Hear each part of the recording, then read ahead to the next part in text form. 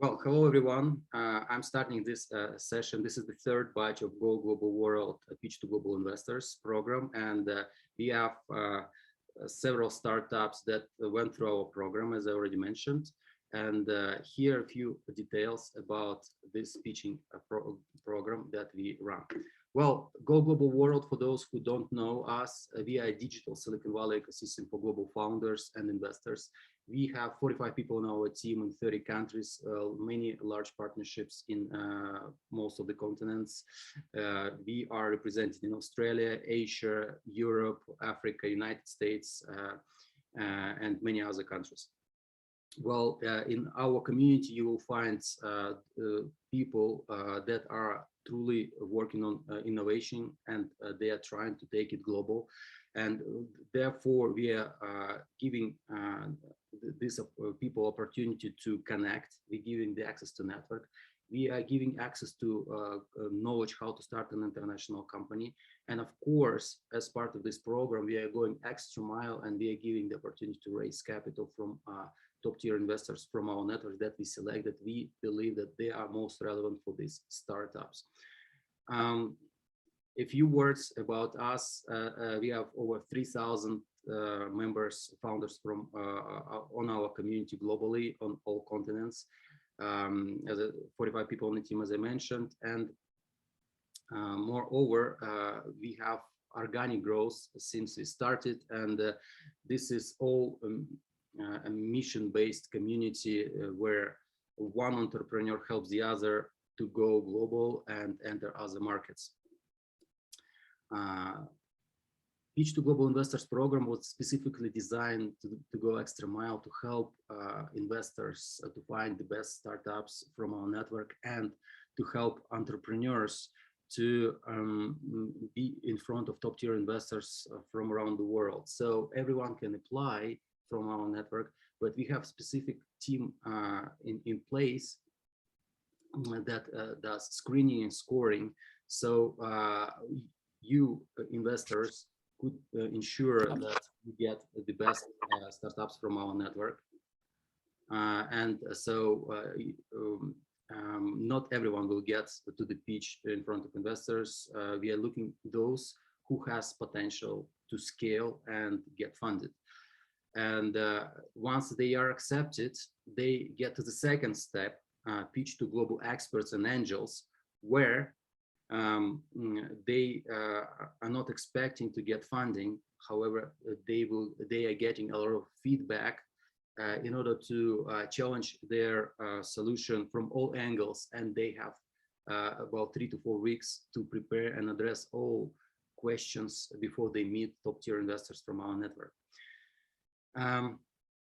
Today, we have this specific day when they have passed this program, and now they are accepted to the final demo day with top-tier investors. And this is when they finalize the interaction with our program, and they're meeting you, the investors, to potentially invest in these startups.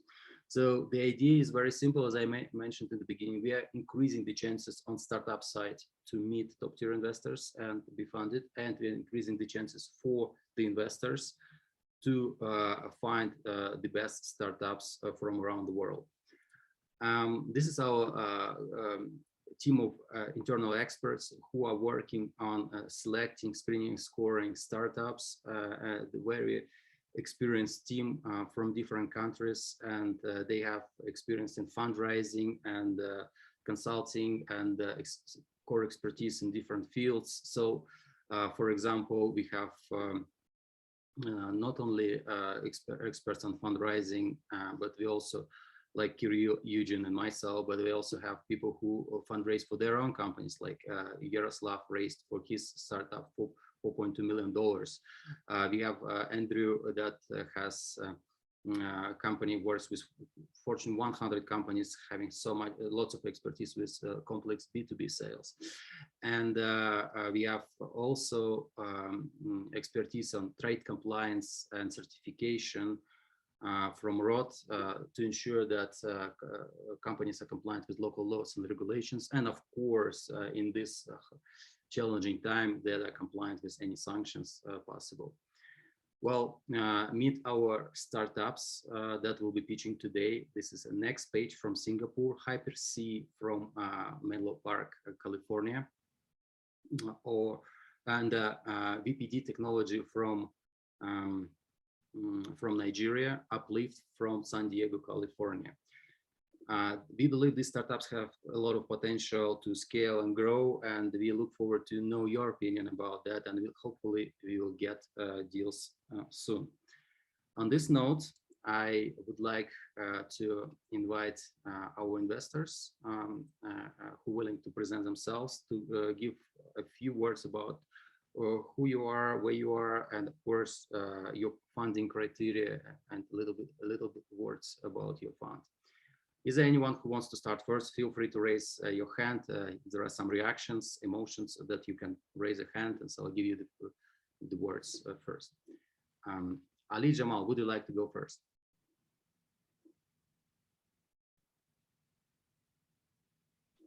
Sure. Sorry, what am I supposed to say? Tell a little words about yourself, where you are, and what's your investment criteria. Sure. I'm Ali Jamal. I've spent the last 5 years kind of living globally, but originally from the US. I led growth at a couple of different unicorns in LATAM, and I now run an angel syndicate called First Check Ventures. We are literally the first check in about 80% of our portfolio. So mainly investing in pre-seed and seed, although continue to support the companies into the Series A's and Series B's as well. We're looking for great entrepreneurs, companies that have started to hit product market fit, things that are growing fast, where my background with growth, product, and data can be helpful. The beauty of having an angel syndicate is you don't have just one partner, but you have 3,000 LPs. In addition, you can also be helpful. So things where there's a network effect that can help drive results is also kind of important. And typically, we try to partner up with companies very early, even before launch, to work with them and get them into a place where we do feel comfortable investing. Perfect. Thank you so much. Who wants to be next? I can go. Hi, everyone. I'm Max Lowndes. I'm an investor with the DaVita Venture Group. We're a strategic corporate venture group out of DaVita Kidney Care, which is a large dialysis provider in the United States. I'm based in Denver, Colorado. Our investment thesis is basically built around anything that touches adult chronic disease or value-based care. So we do a lot with social determinants of health, tech-enabled services, things like that, as well as diagnostics, remote patient monitoring, basically anything excluding direct pharma or medical device in the adult chronic disease state, particularly with a sort of cardiometabolic focus, so diabetes, hypertension, hyperlipidemia, and then obviously anything kidney related. We'll typically invest Series A and beyond, and we prefer to sort of follow and not lead in rounds. All right. And what's your check size? 1 to 10 million. Okay. Got it. Thank you so much. Who wants to be next?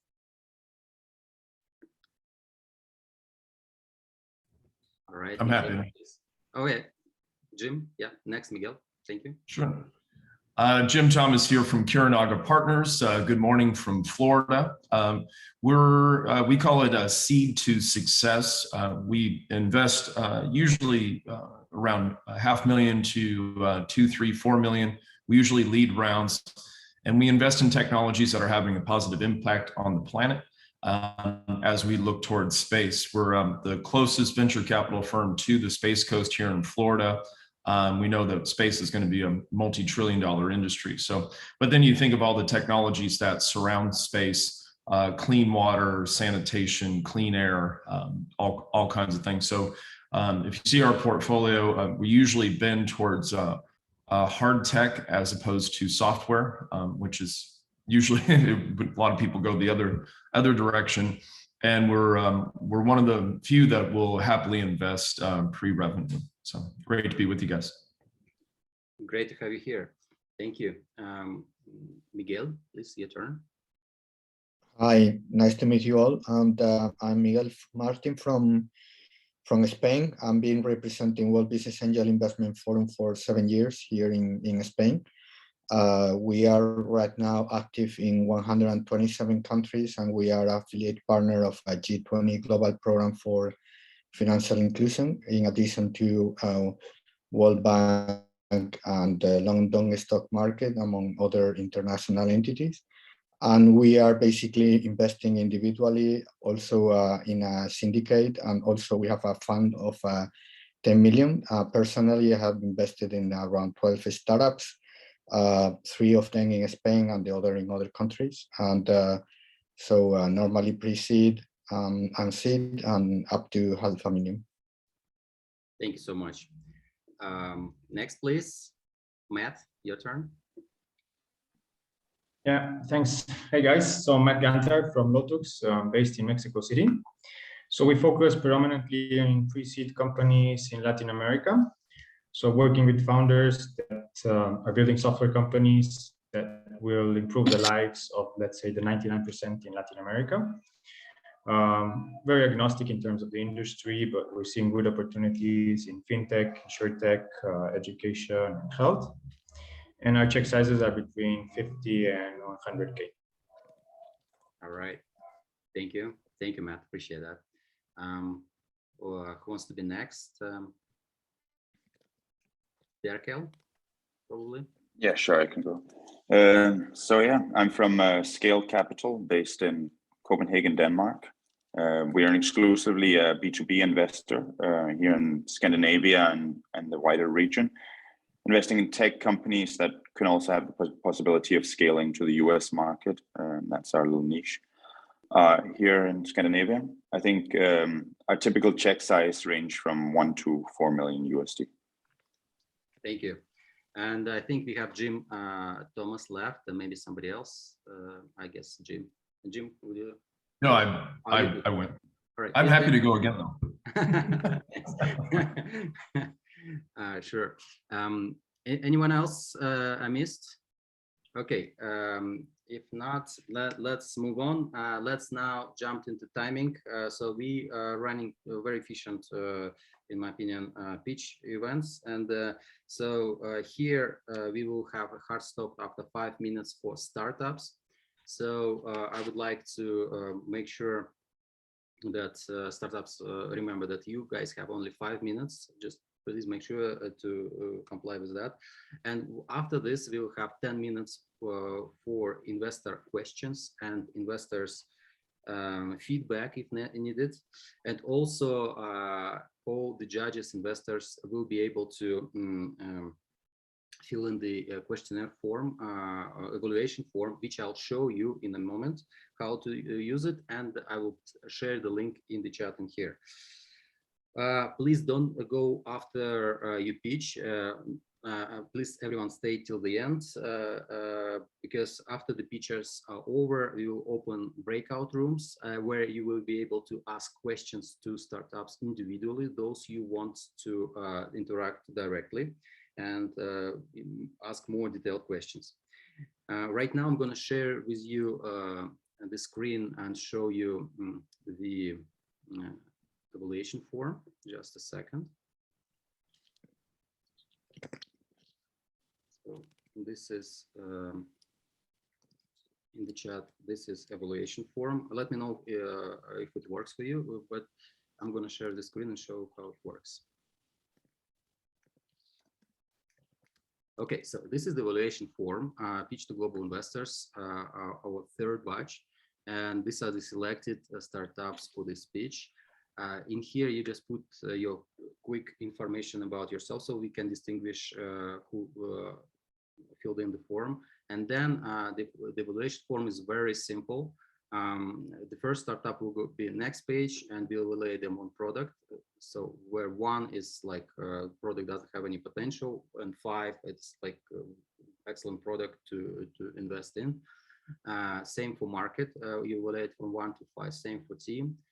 Same, you say if it's investable or not from 1 to 5. In here, you share your feedback in writing. This is what you want the team to know, maybe some opportunities, or maybe something they need to validate additionally, so to prove their business models or anything else. And finally, if you see that you want to connect with the startup and continue the conversation in terms of next further questions or maybe investment steps, just press the first button, and we will connect you after the session in a short time. So, are there any questions in terms of how this session will be? Did you manage to open the forms already? So they will be in front of you. All right, perfect.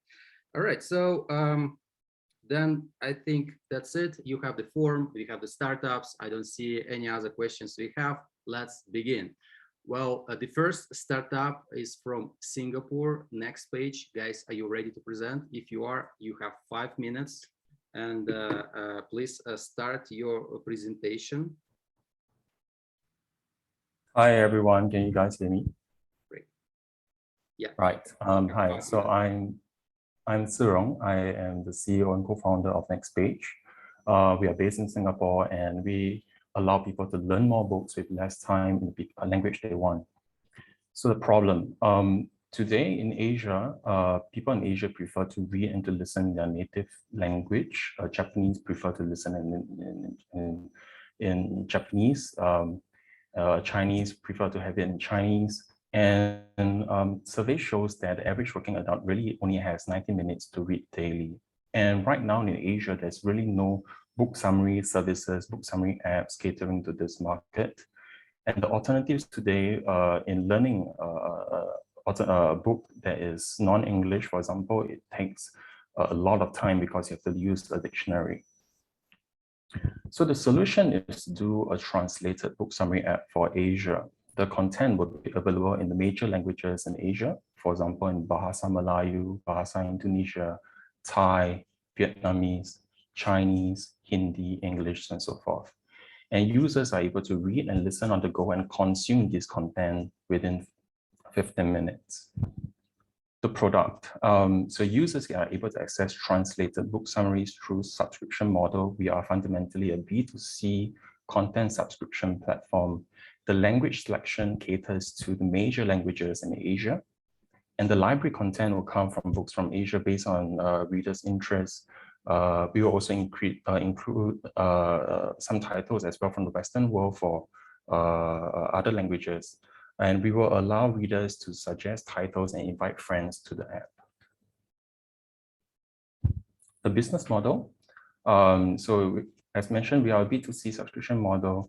We are looking at Singapore dollars, $8.99 per month, yearly plan that translates to about $6 or $7 USD per month for the yearly plan.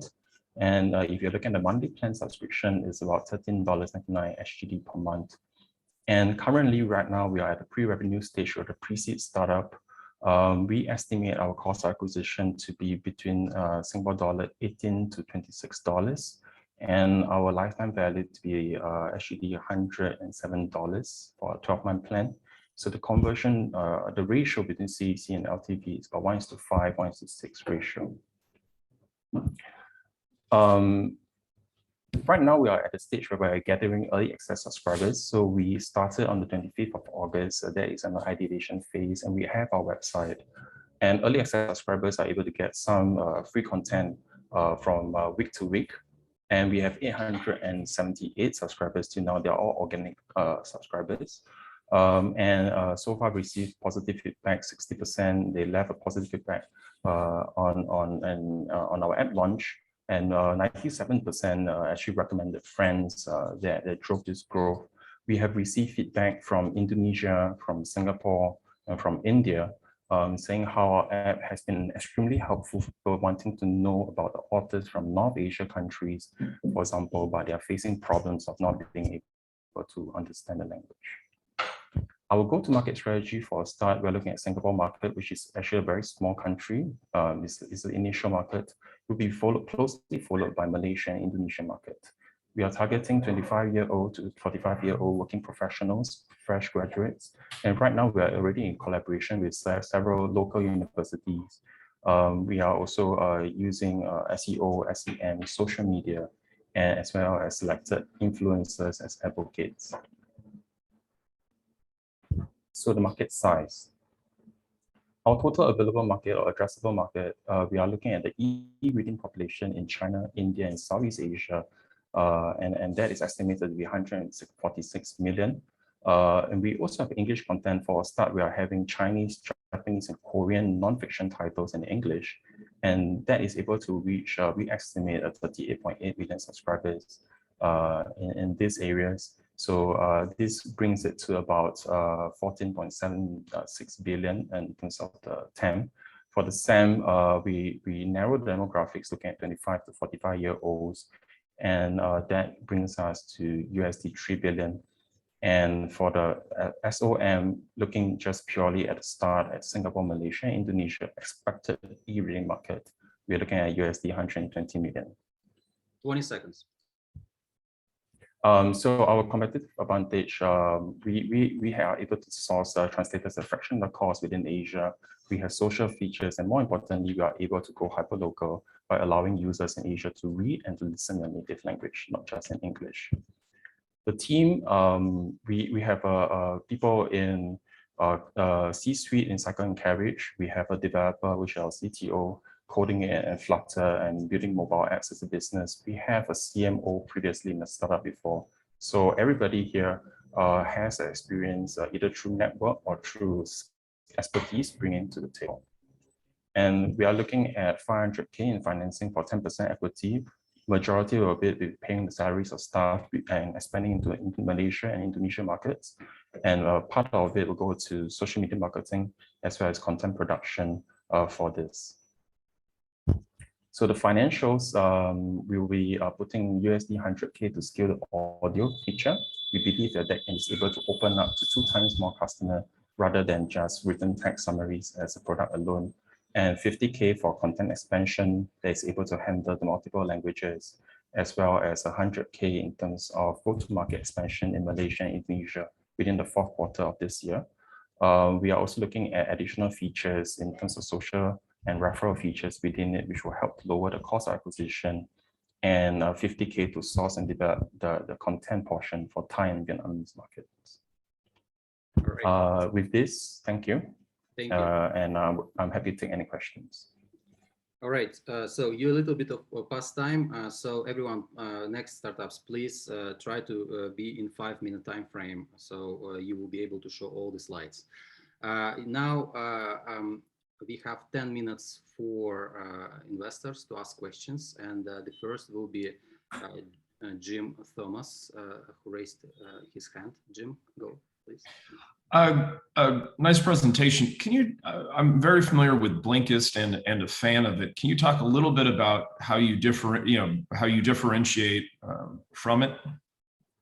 Sure. So Blinkist first fundamentally looks at English books to English summaries. So look at books like 7 Habits of Highly Effective People, Rich Dad Poor Dad.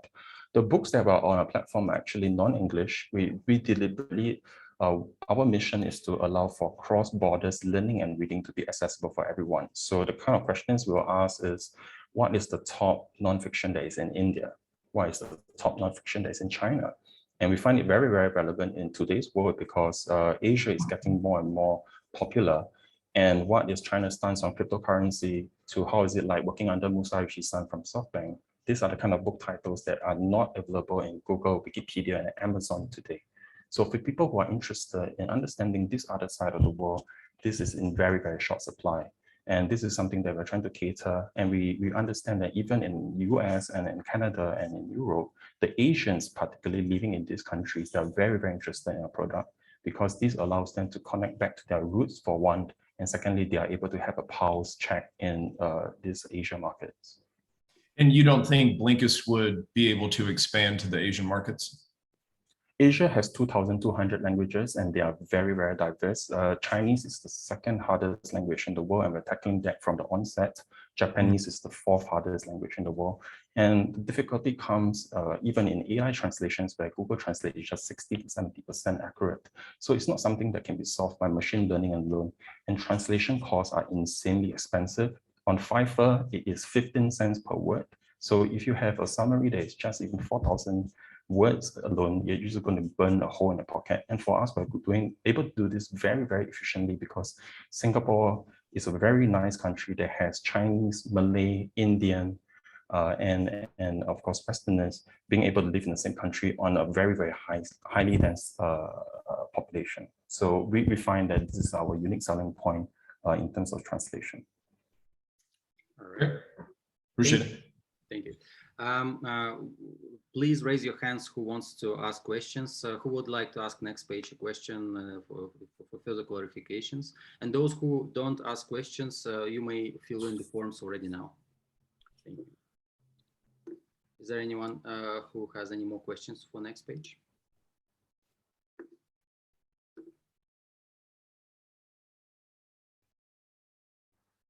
All right, so I will give a few more seconds to decide, and those who don't ask questions, please fill in the forms then. All right. Well, thank you for the questions. And we are moving on to the next startup. Do you guys need any more time for filling in the forms? Okay, so I guess if we I don't hear any feedback, then you feel that you finish the forms. All right, thank you. So the next startup we have is HyperC. So are you guys ready to present?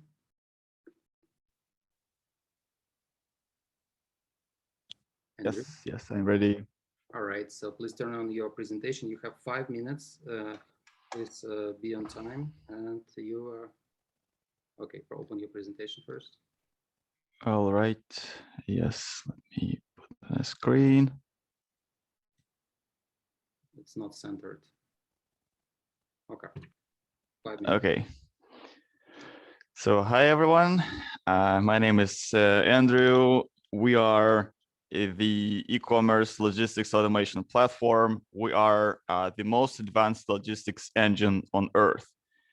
So my name is Andrew Gree. I've been working as a CTO at Phantom Auto before, which is a self-driving stack company with over 60 million in total funding. And I've been there since the beginning. I've been working with guys like Cruise, Google, Waymo, Uber, Argo, with all sorts of self-driving car issues. And well, how do self-driving cars connect with logistics? Is that in self-driving cars, this is what I noticed while working there, that self-driving cars, they already have the autonomous planning working. So basically, nobody actually codes what the car should do when it's driving on the road or sees different obstacles and solves problems. But in business, in logistics, people do this either completely manually, or if they want to automate that, it's a well, hard coding. So if we just quickly look at the simplified diagram of logistics, and if you're selling something on Amazon, well, it's very complex, right? And you know what? All the like palletizing, boxes, and lead times, everything you have to do manually, and it's been done by some Excel automation at best. So the problem is, well, very large. So just within our customer group, the total direct loss that they have due to manual process is over 2.5 billion. So I have a detailed explanation how it works in the appendix. And well, the problem is that it all, well, comes down to a long tail of the planning process. So it needs to be customized, right? So basically, in the current software that you have on the market, there's just no place to put in that formula or that constraint that you have in your supply chain process. So that's why it's mostly manual today. And specifically, what we're targeting as our go-to-market and entry point is this underserved market of well, creating a shipment label, planning a shipment label, inbound shipment label for fulfillment centers. So, well, there is software that does the shipment label printing itself, that does the carrier quoting and so forth, the restocking recommendation, but there is no software that can solve the actual planning piece for you. So that's where we take the autonomous planning algorithms, apply them to the task, and get the platform, well, we call it a planning database. So the planning database, what it does, it takes in your sales data, your, well, boxes, dimensions, master cards, etc., your custom rules, and outputs the shipping label directly. So basically, it's the only platform today on the planet that can claim it can do that. And within, well, our, just the serviceable part of the market of Amazon sellers that we calculated, it's well, close to $1 billion in serviceable market size today. So where do we specifically stand is, well, we position ourselves between other players who've been first to the market to introduce a new thing. So we are introducing the planning database. It's a new type of a database.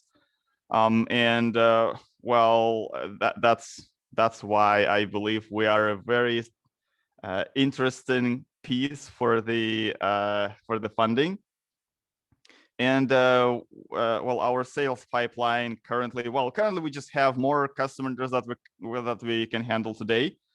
And our main issue right now is scaling up the tech and scaling up the sales process, polishing the workflow. So we have 2 paying customers. With one customer, we've been working over a year already to create a full case study. We've been able to automate 97% of work. And we have several big Amazon aggregators with over $100 million in sales in our pipeline. So we are asking for 2 million raise today, which will get us to the point where we will have several customers fully studied and paying. And we will fix most of our current bugs in the software to get to this hockey stick growth phase. So that's it. We are a team of 5 engineers, 3 sales, and we have all the expertise we need on the team. We are currently backed by several angels from Silicon Valley companies like Tesla, Google, Facebook, etc. So thank you very much for the attention. Ready for your questions. All right, thank you. Dear investors, please raise your hands to ask questions. So who wants to be first?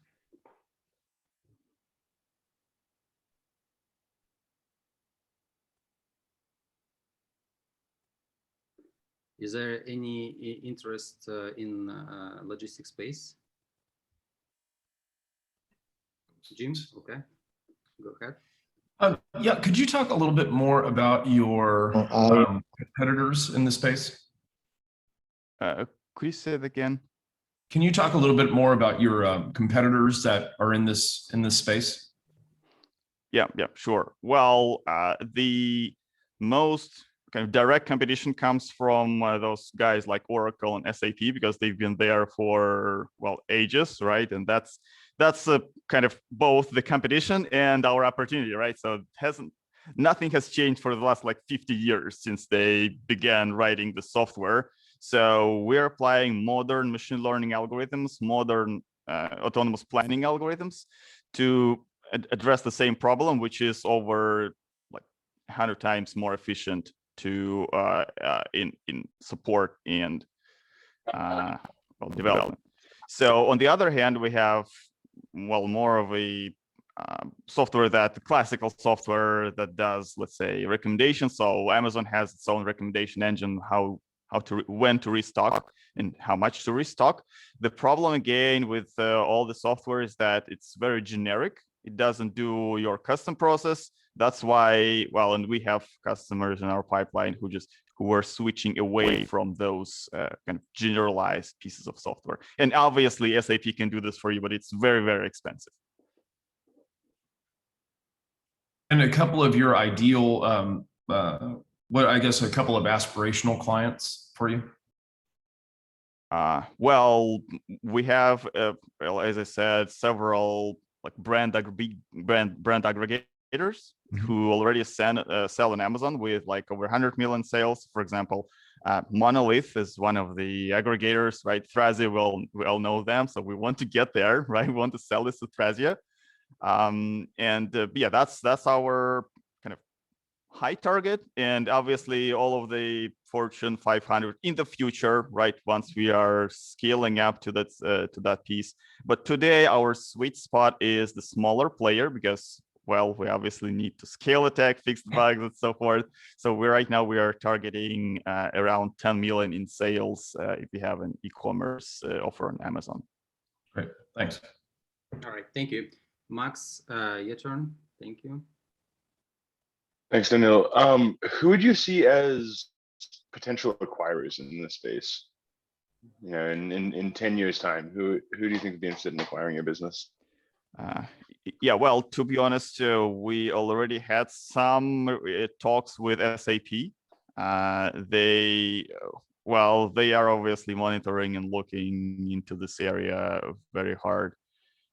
So that's the first one, and obviously we have Microsoft and Amazon itself, so they are well known to be very particular about this niche.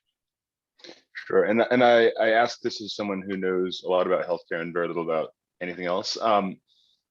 What would stop Amazon from building this solution themselves, or SAP, or any of those competitors? Do you have IP, or what sort of moats do you have?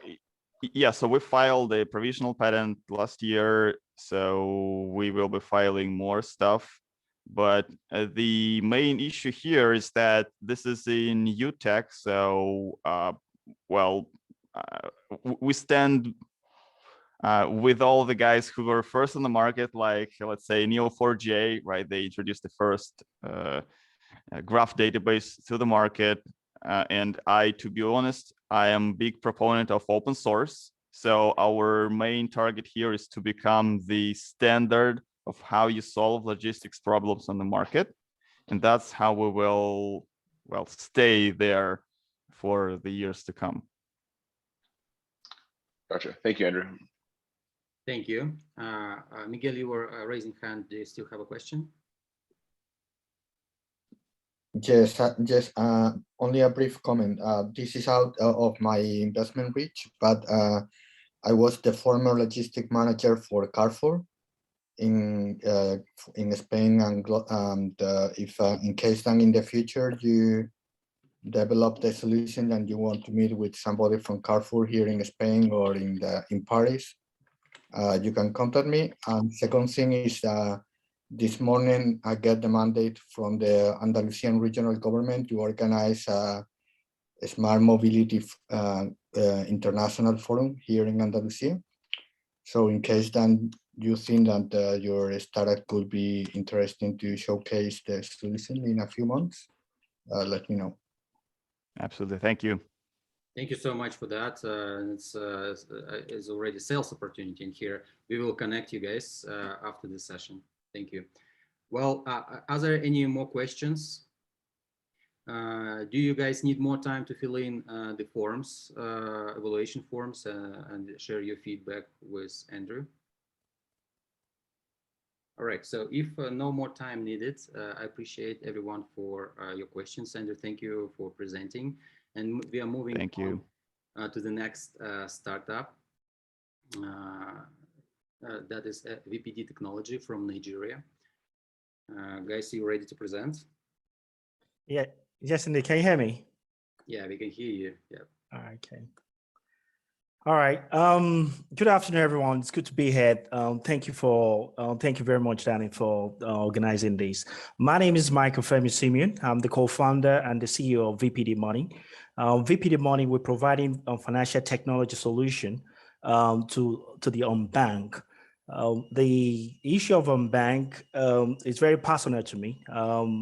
When I was just under 10, I used to come home bringing this bill to my mom from school, and I always noticed that anytime she opened that bill, at that night she will cry silently.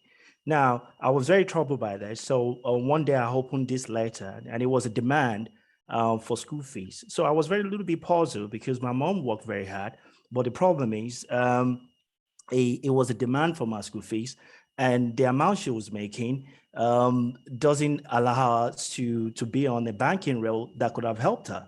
So ever since that time, the issue, that was my own first experience with the unbank. Now, in this problem, there's 1.7 billion people in similar or my mom position situation. I'll give you a snapshot of what I'll be discussing about. The solutions about reducing cost of entry, improving bad user experience, borderless reach, and onboarding by POS onboarding. The market size is 250 billion. So far, our own traction since November 2020, when we started up, we have processed over $55 million in transaction volume. We have onboarded 45,000 users, 35,000 out of that are waiting for our card list. We have average growth, quarterly growth of 173%. And after this rate, we are projected that we'll be having quarterly growth of 500%. The Visa was so interested in what we're doing. They signed an exclusive partnership with us in order to see to take us from MasterCard. In this raise, we'll be raising, these are seed or pre-seed raise, it was $1.7 million. We previously raised $300,000, and it's based on save or convertible note. So what seems to be the problem? A 1.7 billion is not only African problems, it's a global problem. In the world, even in America, you have about, I think it's about 14 million of people that are on bank.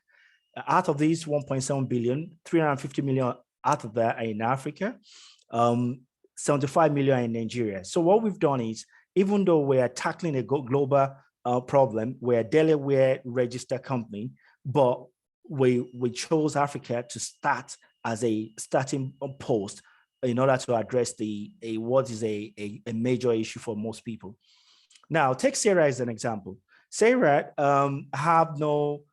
lack financial identity. So therefore, the cost of entry for her is quite high because he just doesn't have the necessary things to be able to be onboarded or for the banks to be boarded with Sarah. Now, if Sarah managed to even board it, the bad user experience, because Sarah, within an African setting, Sarah has been bombarded with different products that she doesn't need, that doesn't fit her lifestyle. But more importantly, she has to pay for it because the way the cost of the bank operated cost ratio to assets. So therefore, they have minimum entry. They just give you, all of you, the same thing, and you all share the cost. These are problems for Sarah.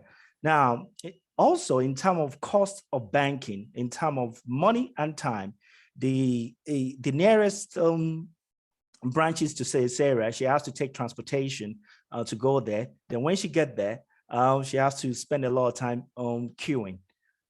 Now, when you couple this with legacy issue, is a major issue. Even if the bank wants to resolve the problem, they are not set up. They're not wired to serve the Gen Z or to resolve all these problems. And that's why this problem has been there for decades without being resolved. How do we solve this? First of all, we dealt with the issue of access. We believe that apart from all the onboarding, digital onboarding aspect of it, rather than having a bank branches, you can leverage on POS. Take, for example, in Nigeria, there's almost about 1 million POS, bank branches less than 4,000. So majority of people will probably have POS closer to them than bank branches, therefore reducing the cost in terms of the entry cost for Sarah. Now, we believe that the Gen Z, they don't want me, I've never seen anyone say, I'm so super excited about my bank. People just want to be able to add value to them to better their own condition. So, which is why we created the Bank of You. In this case, the Bank of Sarah. Sarah will build our home bank based on our own need, rather than sharing cost with everyone else, including what she doesn't need. Take, for example, in Africa, whether you order for card or you don't order for card, monthly, you will be paying for those cards. 1 minute. That prevent people for doing that. Our revenue is very simple. Subscription fees, accrue balance and interest, FX margin. So far, when we started out, we were processing $27,000 per month. Now we're processing over $6 million per month. This month, we expect to be processing over $8 million. Our go-to-market is very simple. We are tackling from the north of Nigeria as against to south of Nigeria. As you can see, the north of Nigeria, the access to financial is 16% in comparison to 63%. The market is huge, 249 million, and the differentiation between ourselves and our competitors are we let you customize and we let you save, your money go further. We're raising $1.7 million in order to have direct operational license, because at the moment we're using partnership license. We expect that our growth rate in terms of performance recurrent has been on 713. We expect to increase our user base to 350,000 by the end of the team. I've already had one exit to my name. I've co-founded a fintech before that have exited successfully. Combined together, we all have experience in fintech of over 30 years. When you combine the experience together, we believe within 3 years we'll be giving access opportunity to 5 million people, and I've processed 1.3 billion in the process. And I hope you can join me. Sorry if I have to rush everyone in this process. I'm answered to take any question if you have one. Thank you very much. Thank you very much for your presentation. Investors, please raise your hand who has questions to this team. Jim, you're first. Please go ahead. Michael, great presentation. Could you talk a little bit about, so you've already brought on 45,000. So a little bit of how you acquired those customers and what's your future acquisition strategy? All right, okay. So the customer that when we started out, we did a test transaction. We wanted to do a campaign, expected that campaign to generate us 2,000 customers within a month. But what turned out to be that campaign within 6 days, we were bombarded with 30,000 customers. We have to pause that campaign because we're not fully set up to attend to compliance issue that will be related to that number of people. And that's why our home problem, our home challenges that we have is actually a sweet one, because people wants to onboard us. It's us that we're saying that we need to get to our rates to be able to serve this customer. In terms of the way we build our own system, we apart from all the cost structure, we very deliberate in terms of our users by giving them value, targeting the unbanked, giving them access and opportunity to better themselves. I think from our own experience, people only use things not because they like you, just because it had value to them. And we're heavily data driven, and that's how we are moving within the market. And when you say a campaign, I mean, was that word of mouth or referrer? We did a campaign, a referral program, build on that referral program that for every 7 customer you get a cash back, a percentage on your bill payment of 2% or 3%, and people just start referring and start using we're expected to get 2,000 in a month, but we got 30,000 in 6 days. We are totally overwhelmed with the amount of people that we got. But probably a lot of friends and family sharing it with each other because of the value add. Yeah. Indeed. Yeah. Sounds great. Thank you. Thank you. Thank you. Miguel. Congratulations for the project. Look quite interesting. Thank you. It's not for me because you are dealing with higher numbers than me individually. But 2 comments. If you consider to jump to Latin America, let me know. I will be happy to introduce you to quite good people there, and has been how to say, fundraising and investing in the fintech in Latam. Second thing, I have a partner of mine that was with me in the Mobile World Congress last week, and we were making a tour. He is a Kuwaiti investor, and he's specialized in fintech. He signed an agreement with the Kuwait National Bank, Emirates, and Saudi Bank. So in case your product is Islamic funding compliant, that could be, I think that you should talk with him. Oh, excellent. Thank you so much for the, we try and reach out to you and after this program. Thank you so much for. We will connect you guys right after the session.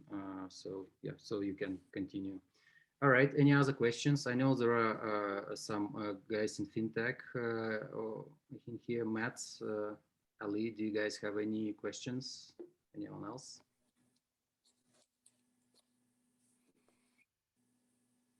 All right, so please fill in the forms, share your feedback, and if you're willing to connect with this startup, please express this in the form, so we will definitely connect with every startup you select. No more questions. Since no more questions, we will continue to the next company. In the meantime, also, this recording will be shared on YouTube, and we will share it across the network of our investors that couldn't join today because of time zones and other activities. And so we will have more questions to you guys and more opportunities to come. All right, we're moving forward. And our final startup for today is UpLyft. Guys, are you ready to present? Thank you, Daniel. Brena will share screen. You guys have 5 minutes. Thank you, Daniel. I'm excited today to share with everyone the story of UpLyft. UpLyft is the first in the world self-transfer system from bed to wheelchair and vice versa for people with limited mobility. And so Bria, can you move the slide? Include, as I mentioned, there's no technology in the world that can transfer an individual with limited mobility between bed and wheelchair or vice versa in their home. By definition, such people unfortunately have a reduced quality of life and a lack of independence. And we have a second channel that we're commercializing in, which is institutional healthcare facilities, such as hospitals and skilled nursing facilities, where in the US, 52% of back injuries. And so if you ask why, if there's a delay on your end,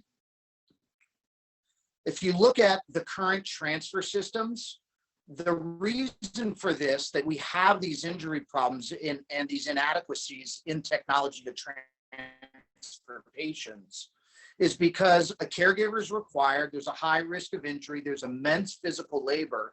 And even the most advanced technologies, scissor lifts, have only a patient weight limit of 250 pounds. And so enter UpLyft, our product solution. And so what you're going to see here is a product demonstration of UpLyft. This is actually our founder, Anton Simpson. He's 84 years old. He's a triple degree engineer from MIT and a 35-year aerospace engineer. And so the story goes, a dear friend of his named Patrick was paralyzed in a car accident, could not walk any further, weighed 275 pounds. His wife approached Anton that she could not lift him out of bed. Anton went to his garage, built the first UpLyft prototype, and Patrick used it for 2 consecutive years to get out of bed on his own before he unfortunately passed away. And as Anton transfers over, I want to emphasize that we have 15 issued patents, 3 in the US, 12 internationally, that cover our design and use. And finally, as Anton is pressing the buttons there on the outside, that's simply up caregiver or nurse can use UpLyft. For UpLyft is massive. In just the US, it's almost a $20 billion total available market, encapsulating US households, hospitals, and nursing homes. We're initially penetrating in just US households direct to consumer in major cities, which is the $10 billion serviceable obtainable market. The global market is 4 times that of the US. We have customer validation. One of the things I'm most proud of is the fact that in COVID, when we were not allowed into any institutional healthcare facility, we created a proprietary digital marketing and e-commerce funnel where consumers are paying cash. Initially at $6,000. Now we've raised price to $9,000. And I challenge any investor on this call to find or have experienced the investment pleasure of having a company that can generate this type of cash pay priced medical device demand direct to consumer without the ability, we haven't even shipped product yet. And so in demonstrating that demand, we also are looking to commercialize in healthcare facilities. So first of all, the direct to consumer selling channel is also going to be augmented by an attractive recurring revenue leasing and short-term rental strategy. We have very attractive gross margin facilities, have a higher price point. They're looking for different features. There's additional training, and we have our first order opportunity next month at a major U.S. healthcare system, which in just 3 of their hospitals could represent a $1.4 million revenue opportunity. And so our go-to-market strategy is pretty simple. Continue to keep the pedal down on digital marketing and e-commerce. For perspective, the orders that we've gotten at $200,000, we generated a 13 times return on ad spend. The medical device industry generally has 3 times, so we're 4 times more efficient than the medical device industry. For healthcare facilities, we've hired a head of U.S. institutional sales, and we're going to expand the sales force because it's a relationship-based demo to close sale in institutional facilities. We'll augment these tactics with a nationwide marketing campaign, including direct response television advertising. And so our manufacturing here in San Diego with a medical device specialist, we do not have software. We do not have chips. We're not falling prey to the supply chain challenges that many endure around the country. It's a maximum 8-week lead time. Our cost of goods is under $2,000 at our first full-scale production run, and we plan to have 2 contract manufacturers long-term. I know there's some international folks on this call, whether that be in Mexico or otherwise. We are exploring that right now. And so in closing, our team is very experienced, $1 billion of enterprise value creation in companies we've operated or invested. As I mentioned, Anton's our technical visionary. I previously was the founding CEO of a diabetes medical device company. I founded out of my MBA program. We raised $15 million for that company. I generated $45 million of enterprise value as CEO. We sold that business to Sinacare in China in 2017.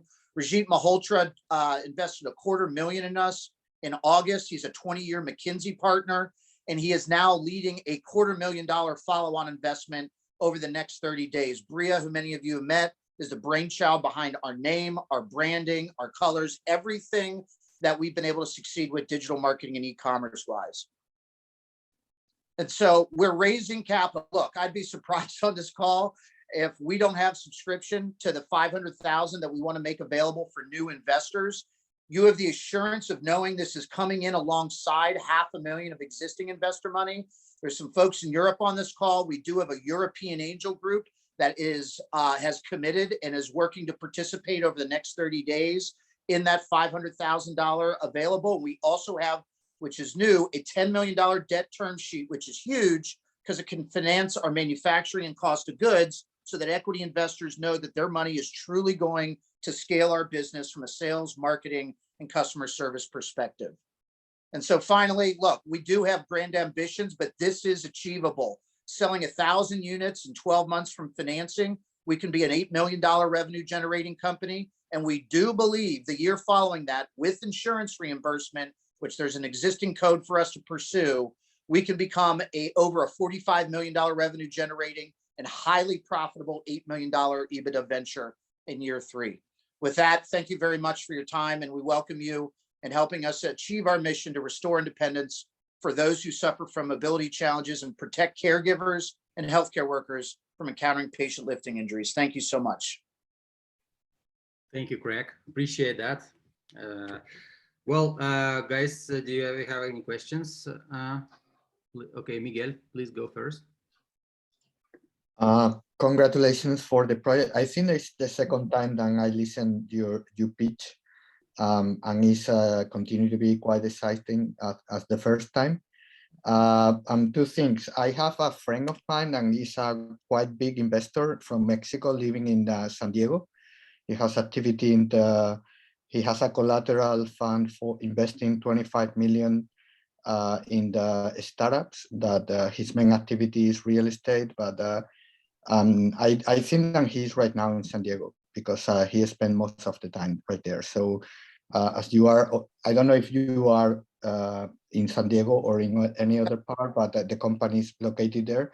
So if you contact me, I will be contacting you. The $500,000, I would like to know if you can send me some more information. And final thing is that in case you are considering, and I think that you mentioned something about international production plans or other places for production, I can help you to, I invite you to consider South Spain, and it's a region target one for European funds. And I'm pretty sure that a project like yours could be a very good project for getting all these European funds for research and development, innovation, and so on. So that is the 2 or 3 things that I think could be interesting to talk in more detail.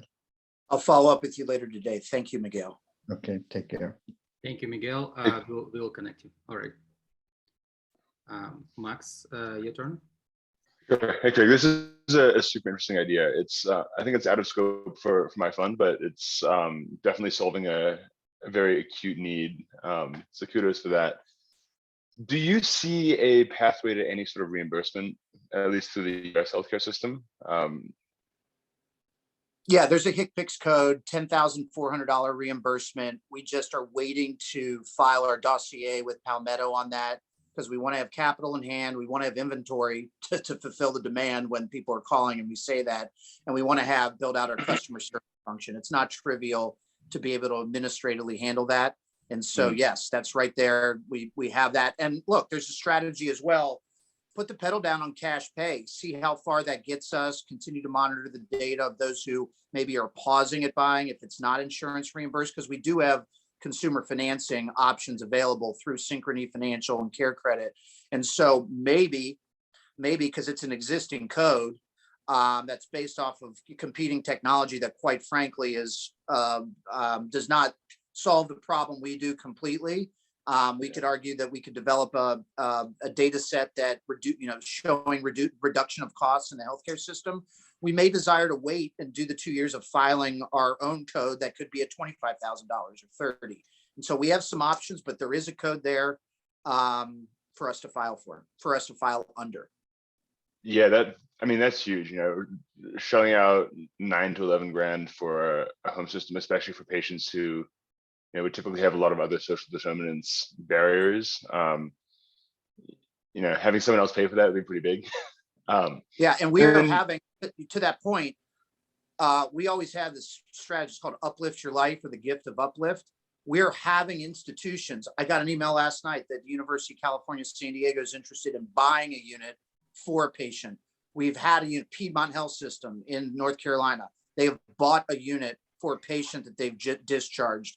This is such a social impact story of helping patients, healthcare providers, and facilities, that there's a lot of options in front of us. But you're right about insurance and the importance of that with consumers long term. I totally agree. And under that HCPCS code, is that a universally reimbursed thing? Is this something that's available under Medicare and Medicaid, or is this that's a Medicare? Insurance? Yeah, the HCPCS code is Medicare, and so just like my experience, my first medical device company, we would anticipate private medical insurers would follow, and so. Cool, excellent. And then what is the regulatory risk here? I don't believe this would go under FDA, but maybe. No, it does, but we're exempt. The FDA issued Right. issued guidance that we're class 2, but electric lifts are exempt from filing so for as long as we adhere to quality control standards and good manufacturing practice, which we are with our contract manufacturer. Excellent. I mean, that sounds like you're in a pretty good spot then. Yeah, thanks for the answers. That was great. Thanks, Max. My MBA buddy Stu Batchelder worked at DaVita there for years. I don't know if he's still there, but we can talk about that offline. Yeah, feel free to reach out. Yeah, we'll be happy to connect you guys. Thank you so much for the questions. Jim, please go ahead. Craig, good to see you again. I forget if along the lines of what Max was asking about, are you talking about any on the B2C side? Are you offering any type of financing or help in that area? Yeah, since I talked to you last, we have gotten financing in place. So Care Credit, which many know, it's in the durable medical equipment space. It's kind of an offshoot from the former GE Capital days. They now actually, under the Care Credit umbrella, are a part of the Synchrony financial umbrella. And so Bree and I have pricing already laid out for installment plans, financing up to 5 years. This can be as small as under a $200 payment for folks if they desire that route. Yeah.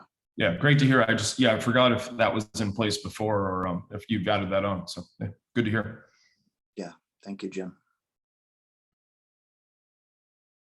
All right, are there any more questions? In the meantime, please fill in the forms and share your feedback. And if you select this startup to meet, we will connect you.